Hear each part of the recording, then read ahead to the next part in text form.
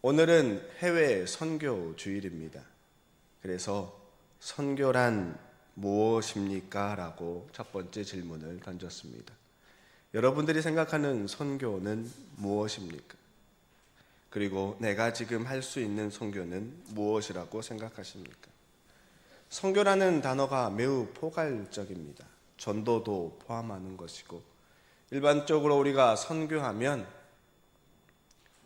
해외 선교주일이기도 하지만 다른 나라에 가서 복음을 전해야 된다라는 생각에 두려움이 앞섭니다. 어떻게? 말도 안 통하고 언어도 안 통하고. 옛날에는 그랬는지 모르지만 지금은 전 세계가 일일 생활권이 돼가지고 하루에 세계를 갔다가 오기도 하고 하는 시대이기 때문에 복음을 전해야 되는데, 선교란 도대체 무엇이라고 생각하십니까? 너무나 포괄적이어서 우리가 요즘 인터넷 GPT, 챗 GPT한테 물어봤더니 이렇게 이야기합니다. 복음을 전파하고 예수 그리스도의 가르침을 전하는 활동이라고 이야기합니다. 개인 또는 단체가 특정 지역이나 문화권에서 기독교 신앙을 전파하고 교회를 세우고 신앙생활을 돕는 다양한 사역을 이야기한다라고 이야기합니다. 선교를 통해서 복음도 전하고 제자 양육도 해야 되고 사회적 봉사도 해야 되고 교회 개척도 해야 됩니다. 요즘은 선교 유형이 너무나 다양합니다. 해외 선교뿐만 아니라 국내 선교, 문화 선교, 도시 선교, 흔히 말하는 전문 직업을 통한 전문인 선교, 이에 더해서 오늘날은 디지털 선교도 해야 된다고 합니다. SNS를 통해서, 인터넷을 통해서 복음을 전하는 겁니다. 그 모든 걸 포함해서 이렇게 챗 GPT는 결론을 내립니다. 오늘날 선교는 단순한 복음 전파를 넘어 사랑과 봉사를 통해 하나님의 나라를 확장하는 중요한 역할을 합니다. 다양한 문화와 기술 발전 속에서 새로운 선교 방법들이 등장하여 교회와 성도들은 시대에 맞는 선교 전략을 고민해야 합니다. 선교는 단순한 활동이 아니라 예수님의 사랑을 실천하는 삶의 방식입니다. 라고 이야기합니다. 다시 말해서 선교는 복음 전파인데, 오늘 저와 여러분들이 읽은 하나님의 말씀, 미가서 말씀, 그리고 마태복음 말씀, 읽지는 않았지만 함께 해주는 야고보서 말씀을 통해서 한결같이 하는 이야기는 하나님과 함께하는 삶, 하나님의 말씀을 지켜 행하는 삶이 바로 선교라고 이야기합니다.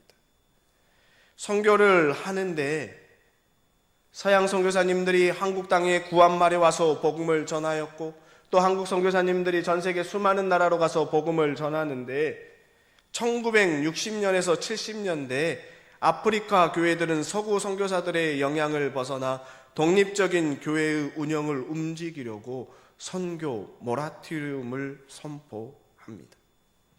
다시 말해서 더 이상 우리 아프리카 땅에 너희 서양 선교사들 들어오지 말라라고 이야기하는 겁니다.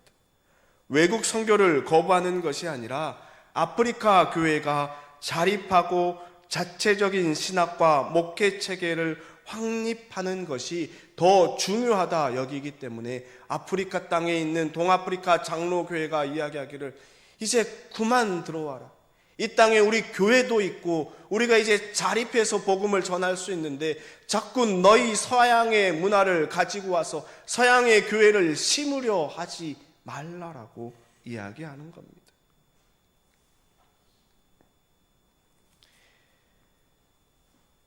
선교는 하나님의 말씀, 복음을 전하는 것이고 우리가 함께 하나님과 동행하는 삶을 그대로 증거하는 것이 선교라는 겁니다. 그래서 그 이후에 선교 전략에 큰 영향을 미쳐서 오늘날 선교는 파트너십 선교이고 현지 지도력을 강화해야 하고 문화적 감수성을 고려한 선교 등이 이루어져야 한다라고 이야기합니다. 제가 남아프리카 공화국에 선교사로 있을 때 한국에서 한 성도님이 아프리카를 방문해서 저희들에게 간증하는데 이런 이야기를 하는 겁니다. 아프리카 대륙이 평평하고 넓은데 망대한 대륙을 달려가는데 저 멀리 하나의 교회 십자가 건물이 있어서 가봤더니 거기에 한국말로 예를 들면 봉산교회가 개척해서 봉산교회라고 적혀 있는 겁니다. 봉산교회는 아니지만 그랬더니 그걸 보고 너무나 은혜를 받았다라고 이야기합니다. 아무도 없는 허화벌판에 한국 이름의 한국교회가 세워진 걸 보고 은혜를 받았다라는 이야기를 듣고 얼마나 마음 아파 울었는지 모릅니다. 한번 생각해 보시기 바랍니다. 봉산 문화거리에 봉산교회가 아니라 옆에 봉산문화회관이 윌로우 크릭 교회라고 적혀 있다면 여러분들은 그 교회를 한국교회라고 생각하시겠습니까? 아니면 미국 교회라 생각하시겠습니까?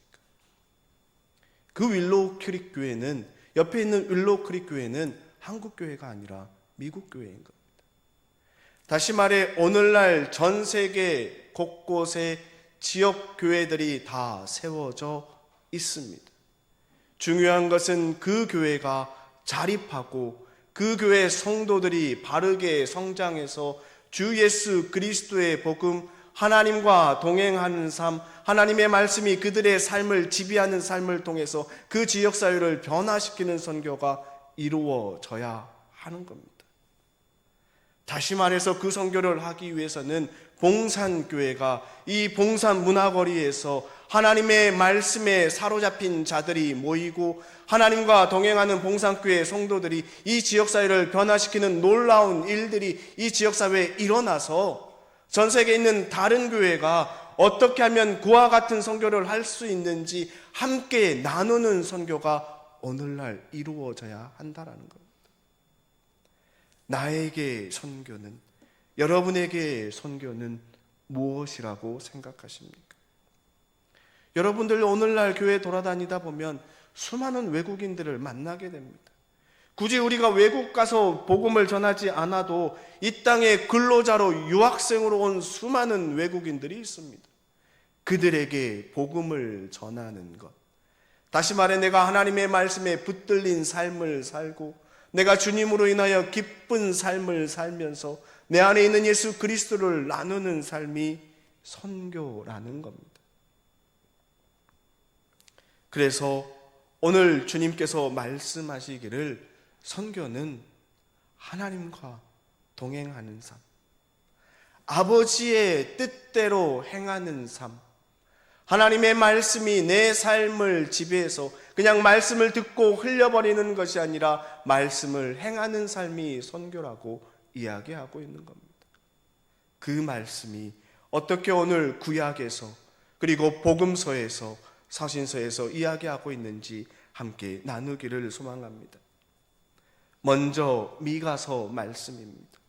미가서 말씀은 재판석상에서, 재판장에서 일어나는 판사와 피고 간의 변론을 이야기하는 겁니다. 죄에 대해 일방적인 책망을 하기보다는 죄인 스스로가, 이스라엘 백성들이 스스로 내가 죄인임을 깨닫게 하기 위해서 하나님께서 그들을 향하여 고소하고 그들을 향하여 호소하는 말씀이 기록되어 있는 겁니다. 3절부터 하나님께서 행하신 일들을 증언하는데 표준 세번역 성경으로 읽으면 이와 같습니다. 내 백성은 들으라. 내가 너희에게 어떻게 하였느냐? 내가 너희에게 짐이라도 되었다는 말이냐? 어디 나에게 대답해 보아라. 나는 너희를 이집트 땅에서 데리고 나왔다. 나는 너희의 몸값을 치르고서 너희를 종살이 하던 집에서 데리고 나왔다. 모세와 아론과 미리암을 보내서 너희를 거기에서 데리고 나오게 한 것도 바로 나다. 내 백성아, 모압의 발락 왕이 어떤 음모를 꾸몄으며 부올의 아들 발람이 발락에게 어떻게 대답하였는지를 기억해 보아라. 시딤에서부터 길갈에 이르기까지 행군하면서 겪은 일들을 생각해 보아라. 너희가 이 모든 일을 돌이켜보면 나 주가 너희를 구원하려고 한 일들을 너희가 깨닫게 될 것이다. 하나님께서 이스라엘 백성들과 함께 했던 일들을 하나하나 이야기하면서 내가 너희와 함께 했는데 어찌하여 너희는 그것을 알지 못하고 우상을 숭배하고 나를 떠났냐라고 이야기하는 겁니다. 특별히 5절에 모압의 발락 왕이 어떤 음모를 꾸몄으며 보올의 아들 발람이 발락에게 어떻게 대답하였는지 기억해 보라는 말씀은 민수기 22장에서부터 25장까지 읽어보면 자세하게 기록되어 있는데, 그것은 다른 것이 아니라 모압의 왕 발락이 이스라엘을 저주해 달라고 발락에게 요청을 했는데, 발람이 저주를 한 것이 아니라 하나님께서 이스라엘 백성을 축복하라고 해서 축복한 말씀이 기록되어 있는 겁니다. 인간의 생각으로 아무리 이스라엘 백성을 저주하려고 했지만 하나님께서 택한 백성이기에 저주할 수 없었고, 그 이후에 이스라엘 백성이 모압 여인과 음행을 행하고 우상을 숭배해서 하나님을 저버리게 되는 겁니다. 그런데 시딤에서부터 길갈에 이르기까지, 시딤은 요단강을 건너기 전이고 길갈은 요단강을 건넌 후를 이야기합니다.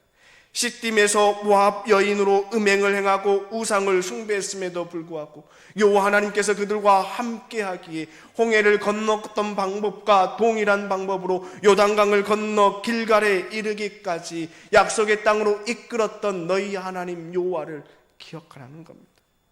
그러면서 이 모든 일을 돌이켜 내가 너희와 함께했고 구원했는데 왜 그러느냐라고 이야기합니다. 왜 그 은혜를 잊고 나를 버리고 우상을 숭배하느냐라고. 그랬더니 미가서 6장 6절 7절 이하에 이스라엘 백성이 항변을 하는데 어떻게 하냐면, 1년 된 좋은 송아지로 제사를 드리면 됩니까? 아니면 수천 마리의 양이나 수만의 강줄기를 채울 올리브 기름으로 드리면 됩니까? 다시 말해, 내가 죄인이면 하나님 앞에 희생제사 번제를 드리면 주님께서 용서해 주셨는데 좋은 송아지 한 마리 드리면 될까요? 그게 양이 안 차시면 수천 마리 양이나 수만의 기름으로 드리면 될까요? 질 좋은 걸로 제물 드리면 용서해 줄까? 아니면 많은 양을 드리면 주님께서 용서해 줄까? 이것도 아니면 내 맏아들을 드린다고 이야기합니다. 그런데 맏아들을 드리는 것은 이방신 몰렉신 숭배할 때 드리던 제사의 방법인데, 하나님께서는 금하셨음에도 불구하고 그들이 이방의 방법을 가지고 와서 내가 내 소중한 것 드리면 용서해 주시겠습니까? 왜 이와 같은 일들이 일어나는 겁니까? 주님께서 바라는 것이 무엇인지 모르고 겉만 맴도는 말을 하는 겁니다. 겉만 신앙생활을 하는 겁니다. 오늘을 살아가는 우리가 이와 같은 말을 하고 있는 것은 아닌지 되돌아볼 수 있기를 소망합니다. 말씀으로 진정 주님을 만나지 않으면 우리는 내 안에 공허함을 채우기 위해 형식적인 것에 의존할 수 있다는 겁니다. 매일 하나님의 말씀이 내 삶을 지배하고 주님과 동행하는 삶을 살아야 하는데, 그렇지 아니하고 주일 예배 한 번 드리는 것으로 주님 만족하시죠? 이게 부족하면 수요기도에 한 번 더 나오는데 됐죠라고 이야기하는 것과 별반 다르지 않다라는 겁니다. 주님께서 요구하시는 것은 다른 것이 아니라 여호와 하나님과 함께 행하는 것. 그래서 8절에 너 사람아 무엇이 착한 일인지 주님께서 이미 말씀하셨다. 주님께서 너에게 요구하는 것이 무엇인지도 이미 말씀하셨다. 오로지 공의를 실천하며 인자를 사랑하며 겸손히 내 하나님과 함께 행하는 것이 아니냐. 주님께서 이스라엘 백성에게 요구하는 것, 오늘날을 살아가는 수많은 그리스도인들에게 요구하는 것은 하나님과 함께 행하는 겁니다.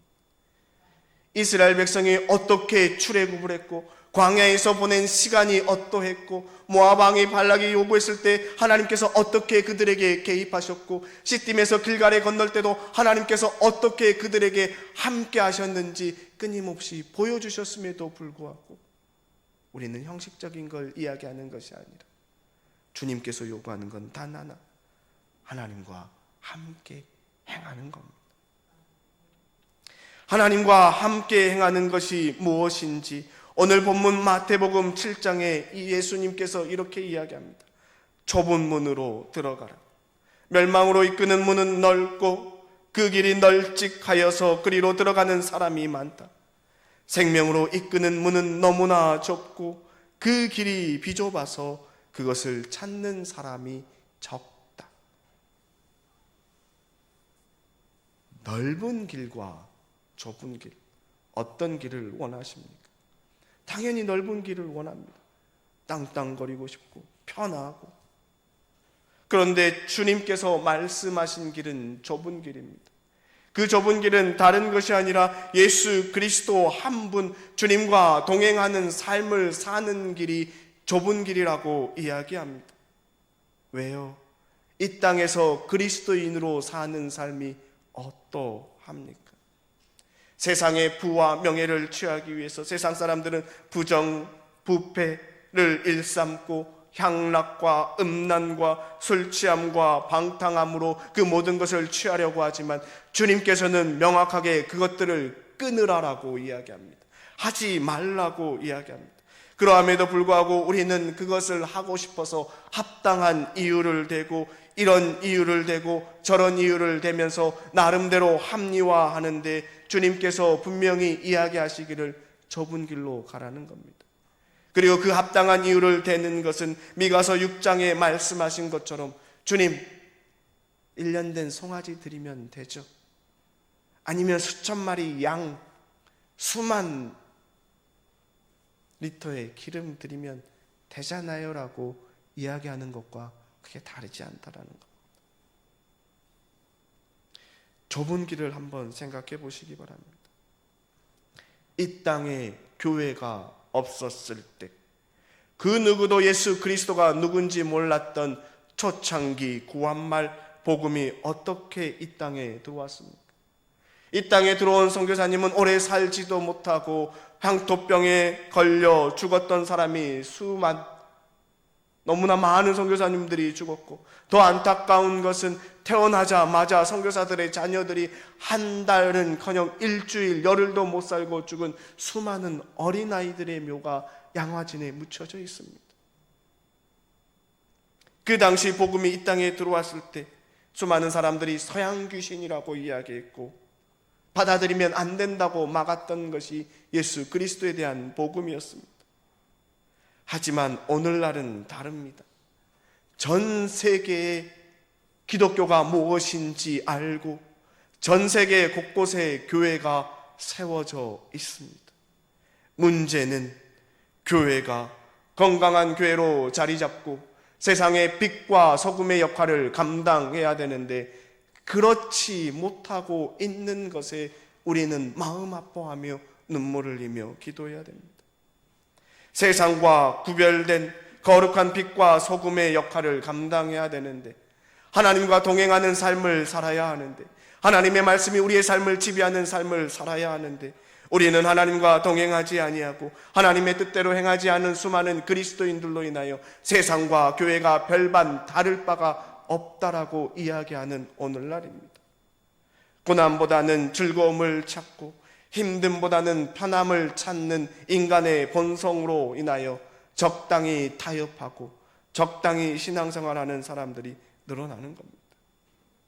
미가에 기록된 1년 된 송아지 드리면 되잖아요. 주일 예배 드리면 주님 용서해 주시잖아요. 회개 기도했는데 주님 받아주셔야지요 라고 이야기하는 겁니다.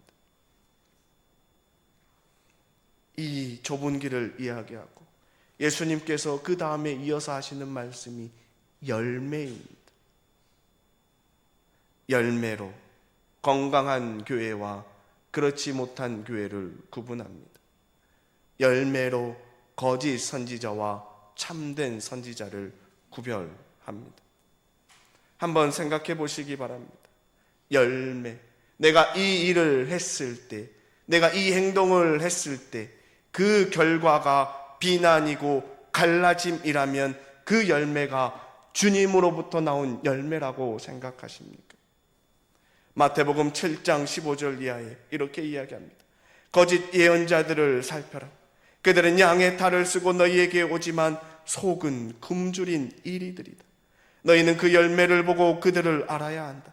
가시나무에서 어떻게 포도를 따며 엉겅퀴에서 어떻게 무화과를 딸 수 있겠느냐. 이와 같이 좋은 나무는 좋은 열매를 맺고 나쁜 나무는 나쁜 열매를 맺는다. 좋은 나무가 나쁜 열매를 맺을 수 없고 나쁜 나무가 좋은 열매를 맺을 수 없다. 좋은 열매를 맺지 않는 나무는 찍어서 불 속에 던진다. 그러므로 너희는 그 열매를 보고 그 사람들을 알아야 한다. 신앙이 아닌 하나님을 이용하여 개인의 이익을 취하는 자들을 결코 주님께서는 가만두지 않으실 겁니다. 사람을 보지 마시고 우리끼리 잘 아니까 친분을 따져서 봐주는 것이 아니라, 정치적 성향을 보는 것이 아니라, 정말 하나님께서 말씀하시는 정의가 무엇인지 공의가 무엇인지 분별하고 하나님의 말씀대로 행하는 성도님들이 되시기를 축원합니다. 정의와 공의는 모든 사람이 인정하고 이해가 되고 합당한 것이 정의와 공의입니다. 그 열매를 맺는 교회와 그리스도인들이 되어야 하나님의 복음이 증거되고 선교가 이 땅에 이루어지는 것이고 한국 교회가 하나가 되는 것이고 한국 교회를 위하여 이 나라 이 민족을 위하여 눈물을 흘리며 기도하는 그리스도인들의 울부짖음을 주님께서 듣고 이 나라를 회복시켜 주실 줄로 믿습니다. 좁은 길 열매를 말씀하신 후에 마태복음 7장 21절에 이렇게 이야기합니다. 나더러 주여 주여 하는 자마다 다 천국에 들어갈 것이 아니요 다만 하늘에 계신 내 아버지의 뜻대로 행하는 자라야 들어가리라. 주여 주여 하는 자가 아니라 아버지 뜻대로 행하는 자, 미가서에 하나님과 함께 행하는 자가 천국에 들어간다라는 이야기입니다. 아버지의 뜻이 무엇이냐면 22절과 23절에 그날에 많은 사람이 나에게 말하기를 주님 주님 우리가 주님의 이름으로 예언을 하고 주님의 이름으로 귀신을 쫓아내고 또 주님의 이름으로 많은 기적을 행하지 않습니까? 라고 할 것이다. 그때 내가 그들에게 분명히 말할 것이다. 나는 너희를 도무지 알지 못한다. 불법을 행하는 자들아 내게서 물러가라. 주님의 이름으로 예언하는 자들이 많고 귀신을 쫓아내는 자들이 많고 많은 기적을 행하는 자가 많을 터인데 그렇다고 그들을 다 주님께서 안다고 이야기하는 것이 아니라 23절에 나는 너희를 도무지 알지 못한다라고 말씀합니다. 불법을 행하는 자들아 내게서 물러가라. 불법을 행하는 자들은 하나님의 말씀을 지켜 행하지 않는 자들입니다. 하나님의 말씀은 분열이 아닙니다. 하나님의 말씀은 폭행도 아닙니다. 하나님의 말씀은 비난도 아니고 다툼도 아닙니다. 무엇이 하나님의 말씀을 지키는 겁니까? 고린도전서 13장에 분명히 이야기합니다. 사랑이라. 그리고 13장 13절에 그런즉 믿음, 소망, 사랑 이 세 가지는 항상 있을 것인데 그 중에 제일은 사랑이니라. 하나님의 말씀을 지켜 행하는 것. 오늘 야고보서의 말씀에 이렇게 기록합니다. 야고보서 1장 16절 나의 사랑하는 형제 자매 여러분 속지 마십시오. 17절 이하에 온갖 좋은 선물과 모든 안전한 은사는 위에서 곧 빛들은 지으신 아버지께로부터 내려옵니다.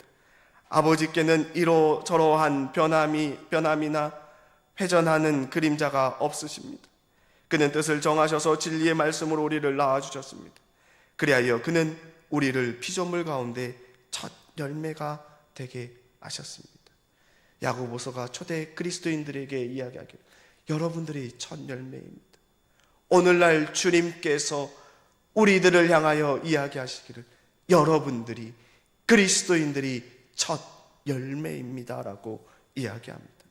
다시 말해 이 자리에 모여 주님 앞에 예배드리는 자, 이 시간 한국교회 모든 교회에 모여 하나님 앞에 예배드리는 자들이 다 첫 열매라고 이야기합니다.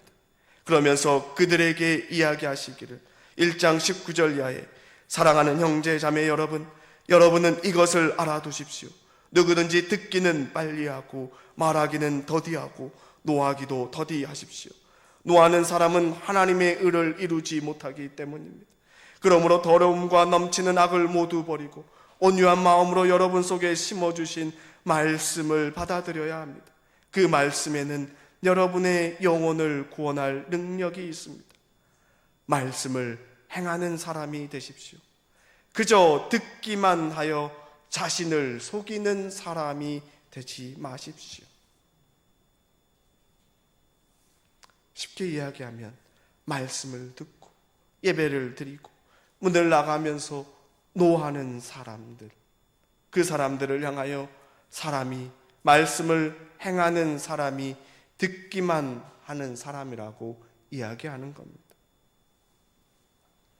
다들 한 번씩 들어봤던 예화일 수도 있을 텐데 어느 목사님께서 교회에 부임하는 첫 설교로 서로 사랑하라 요한일서 4장 말씀을 가지고 설교를 했습니다. 사랑하는 교회. 그런데 그 다음 주일이 됐는데 또 그 본문으로 동일한 설교를 하는 겁니다. 지난주에 한 걸 잊어먹으셨을까?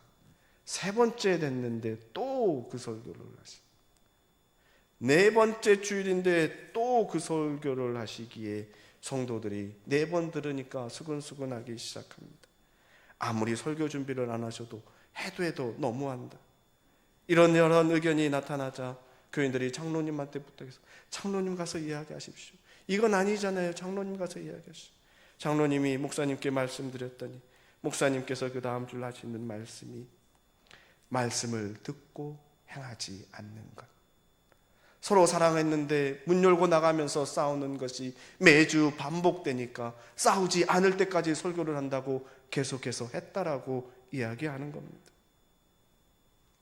서로 사랑하는데 예배 끝나고 문 열고 밥 먹으면서 다투고 예배 끝나고 원래하면서 다투고 예배 끝나면서 이것저것 하면 다투니까 끊임없이 설교했다라고 이야기합니다. 다시 말해서 듣기만 하고 행하지 않는 것을 이야기합니다. 마고보서 1장 23절에 다시 한번 이렇게 이야기합니다. 말씀을 듣고도 행하지 않는 사람은 그대로의 자기 얼굴을 거울 속으로 들여다 보기만 하는 사람과 같습니다. 이 사람은 자기 모습을 보고 떠나가서 그것이 어떠한지를 곧 잊어버리는 사람입니다. 말씀은 듣고 내 자신을 되돌아보는 겁니다.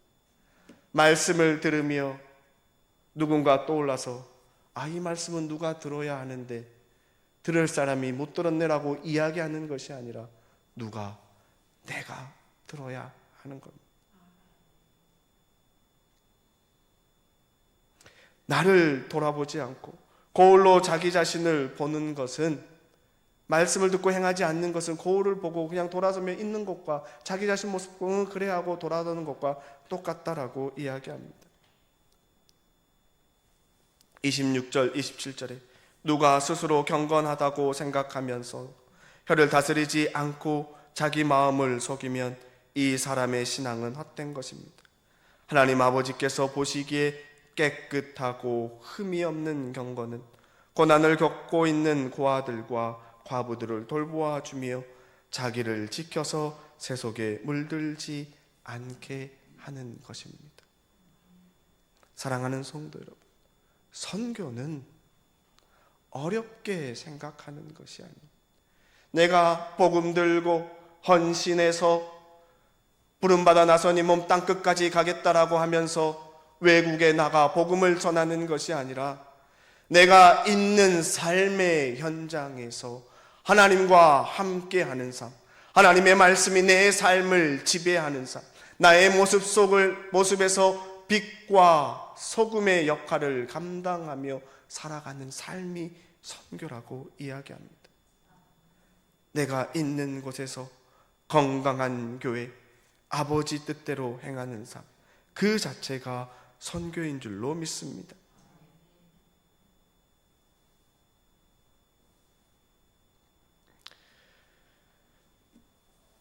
어느 한 목사님이 계십니다. 잘 아는 목사님, 존경하는 목사님이신데, 그 목사님이 당회를 할 때마다, 교회가 큰 교회예요. 당회를 할 때마다 장로님들이 여러 명이니까 장로님들마다 생각이 다 다릅니다. 근데 장로님들이 하나가 의견이 돼야 되는데 의견이 잘 모아지지 않습니다. 그래서 당회를 하다가 싸우려고만 하면은 기도합시다라고 기도하고 그냥 일어선다고 합니다. 싸움의 거리를 아예 막는 것입니다. 그리고 당회를 하기 전에 먼저 통성으로 기도하고 하나님의 뜻인 것을 이야기하자고 이야기하면서 다툼이 없는 교회를 이끌어가는 것입니다. 원래를 하실 때도 먼저 통성 기도하시고 하나님의 뜻을 구하고 원래를 할 수 있기를 소망합니다.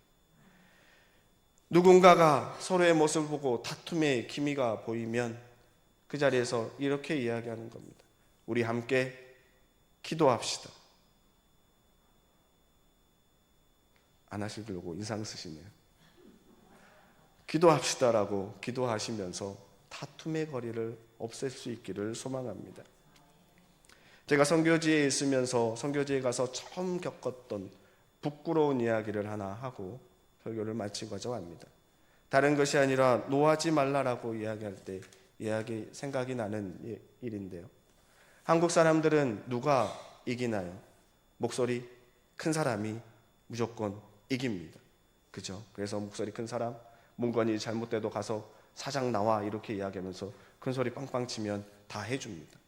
근데 제가 한국 사람인데 남아프리카 공화국 가서 현지에 있는 냉장고를 하나 샀는데 냉장고를 사서 새 건데 설치를 했는데 냉장고가 금방 고장이 나는 거예요.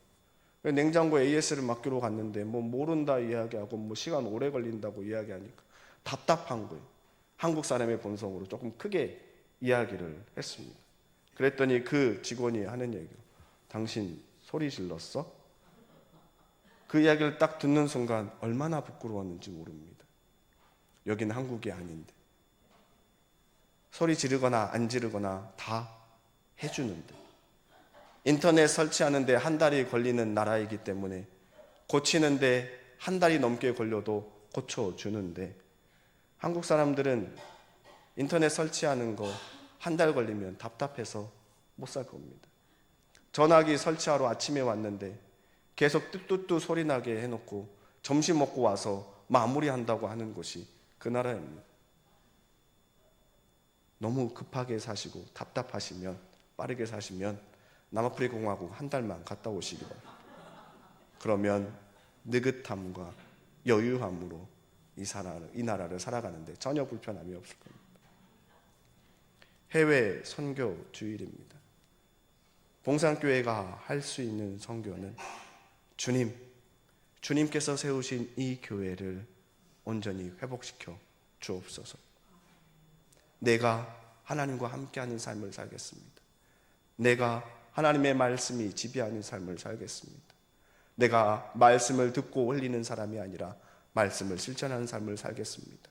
그 삶을 통하여서 교회를 회복하고 지역사회를 변화시키면 그 모습이 외국에 있는 다른 교회에도 증거되어서 전 세계에 있는 모든 교회가 그와 같은 사역을 감당하면 하나님의 나라가 속히 올 줄로 믿습니다. 또한 물질이 있는 곳에 마음이 있다고 여러분들이 한 달에 정기적으로 1만 원씩 하나님 앞에 해외 선교 헌금으로 드릴 수 있기를 소망합니다. 1만 원이 큰 돈이 아니고 한 달 31일 30일 중에 한 끼 금식하고 기도하면, 한 끼 밖에서 밥 안 먹고 금식하고 기도하면 1만 원 됩니다. 그 돈을 주님께 드리면서 하나님, 우리가 후원하고 기도하는 선교지를 주님 변화시켜 주옵소서 라고 기도하는 봉산의 성도님들 되시기를 축원합니다. 새 본문을 통하여 주님께서 이야기하시는 것은 단 하나입니다. 하나님과 함께하는 삶, 하나님의 뜻을 행하는 삶. 그 삶은 말씀을 듣고 흘리는 것이 아니라 말씀을 듣고 행하는 삶입니다. 교회를 다니는 것이 아니라 교회가 되어서 여러분이 있는 삶의 현장에 선한 영향력을 끼치며 복음을 전하는 주님의 백성들이 되시기를 축원합니다. 이 시간 함께 한 목소리로 기도하기를 소망합니다.